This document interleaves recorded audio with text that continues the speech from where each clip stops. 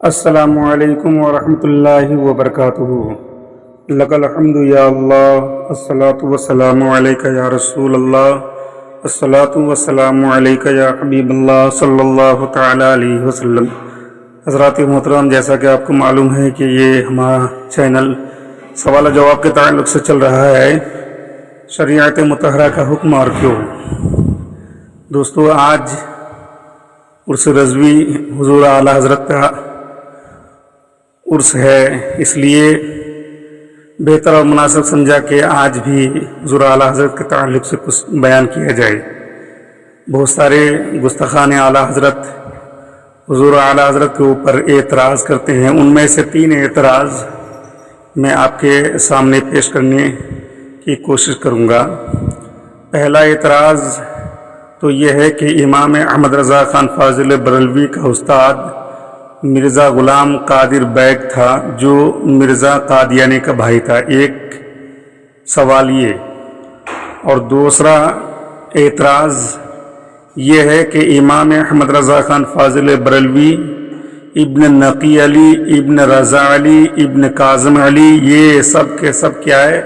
شیعہ تھے، شیعہ خاندان اعلیٰ حضرت کا تھا۔ یہ دوسرا اعتراض اور ان کا سوال۔ اور تیسرا ہے کہ امام بریلوی نے سخت توہین کی ہے بی بی حضرت عائشہ صدیقہ رضی اللہ تعالی عنہا کی شان میں۔ یہ اکثر و بیشتر گستاخان اعلیٰ حضرت کی طرف سے یہ اعتراض آیا کرتا ہے، اس لیے بہتر سمجھتا کہ میں ان کا جواب دے دوں۔ پہلا اعتراض کیا تھا کہ اعلیٰ حضرت امام احمد رضا خان فاضل بریلوی کا استاد مرزا غلام قادر بیگ تھا، جو مرزا قادیانی کا بھائی تھا۔ تو دوستو، اس کا جواب یہ ہے کہ اس نام کے استاد سے چند کتابیں ضرور پڑھے تھے، یعنی اعلیٰ حضرت نے جو نام ذکر کیا گیا ہے اس نام کے ایک استاد سے حضور اعلیٰ حضرت چند کتابیں ضرور پڑھے ہیں، مگر وہ قادیانی کا بھائی نہیں تھا۔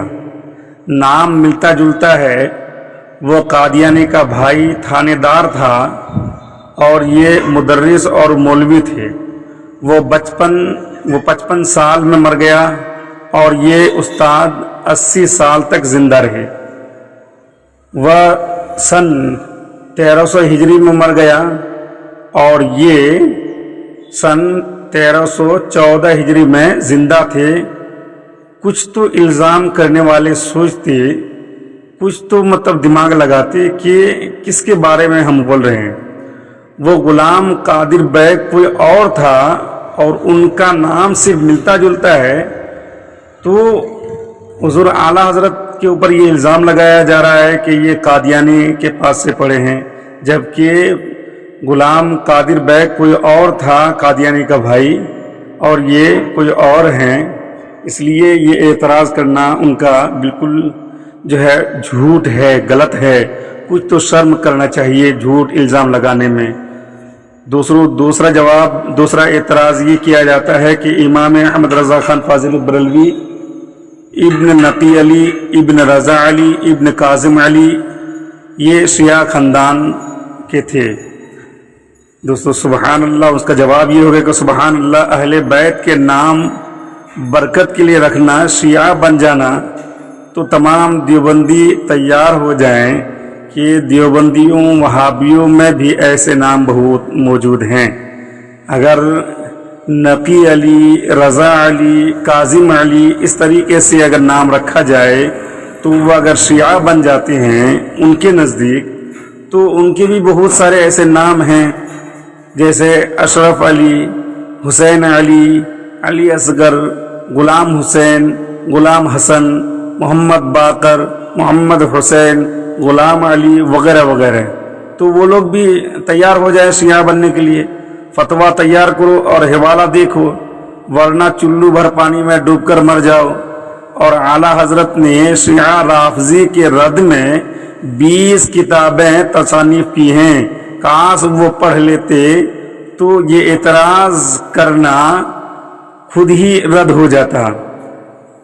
جس کے بارے میں اعلیٰ حضرت کے تعلق سے بولا جاتا ہے کہ یہ شیعہ گھرانے کے ہیں، چونکہ ان کے باپ جو ہے نقی علی ہیں، رضا علی ان کے دادا ہیں، ان کے پردادا کاظم علی ہیں، تو یہ لوگ جو ہے نام رضا علی، کاظم علی، نقی علی، علی کا نام آنے سے اگر شیعہ بن جائے تو ان کے بھی بہت سارے ایسے نام ہیں۔ سب سے پہلا تھا اشرف علی کو دیکھ لیجئے، اشرف علی، تو ان کو بھی آپ شیعہ بولو، جبکہ ایسا کچھ نہیں ہے۔ اپنے گھر کو نہیں دیکھتا اور دوسرے کے دامن میں جھانک کر دیکھتا ہے۔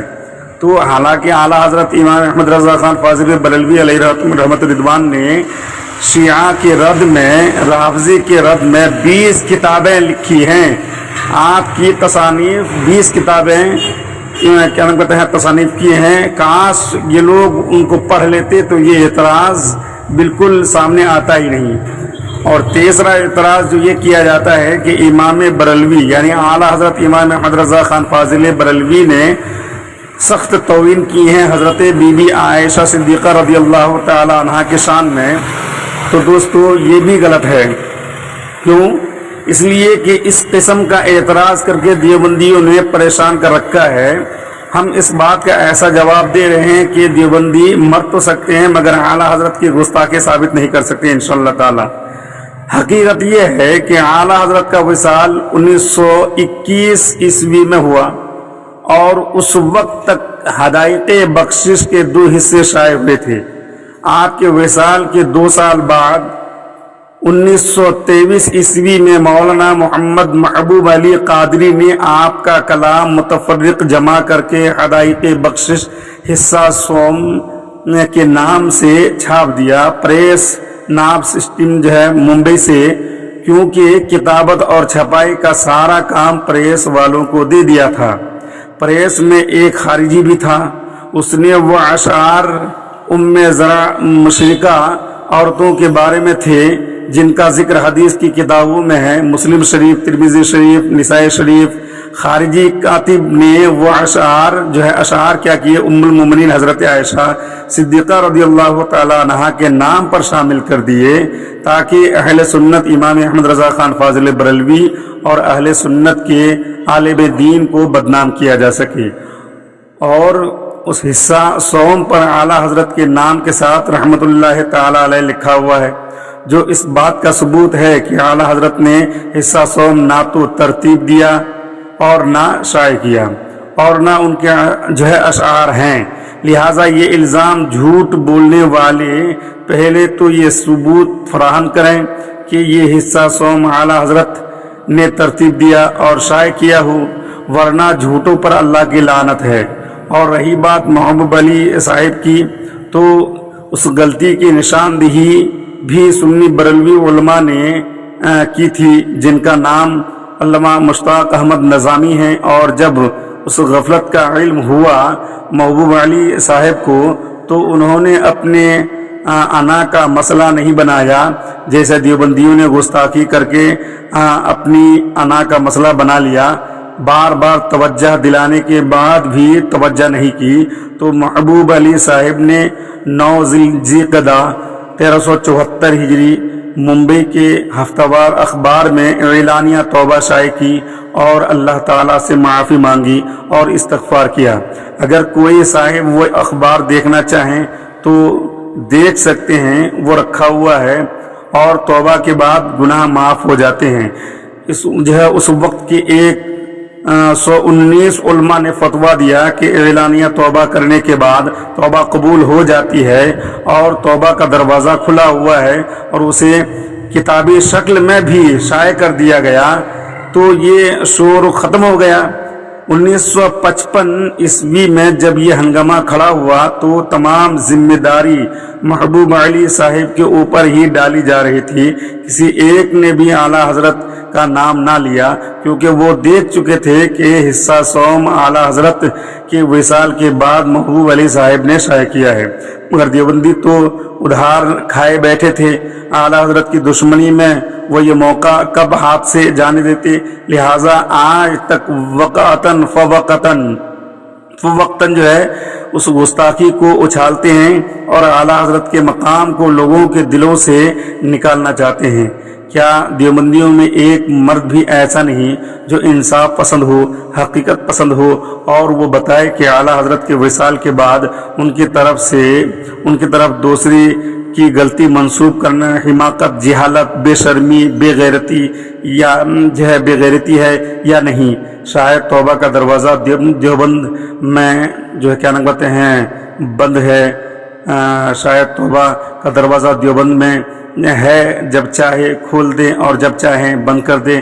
تمام دیوبندی وہابیوں کو چیلنج ہے، وہ حصہ سوم ہدایت کے بخشش اگر اعلیٰ حضرت کی زندگی میں آپ سے ترتیب دے کر شائع کرنا ثابت کر دیں تو جو بھی کہے ہم اسے ماننے کے لیے تیار ہیں دوستو۔ تو اس طریقے سے جو ہے اعلیٰ حضرت کے اوپر الزام لگایا جاتا ہے۔ 3 الزام کا جواب میں نے دیا اور بہت سارے ایسے الزامات ہیں۔ اللہ تعالیٰ سے دعا ہے کہ رب تبارک و تعالیٰ ہمیں اور آپ کو حق بولنے، حق سننے کی توفیق و رفیق عطا فرمائے، ساتھ ہی ساتھ ان لوگوں کو سمجھنے کی توفیق دے۔ دوستو میرے چینل کو اگر آپ سبسکرائب نہیں کیے ہیں تو سبسکرائب کریں پلیز، ضرور ویڈیو کو دوسروں تک جو ہے شیئر کرنے کی کوشش کریں، دوسروں تک بھیجنے کی کوشش کریں۔ السلام علیکم ورحمۃ اللہ وبرکاتہ۔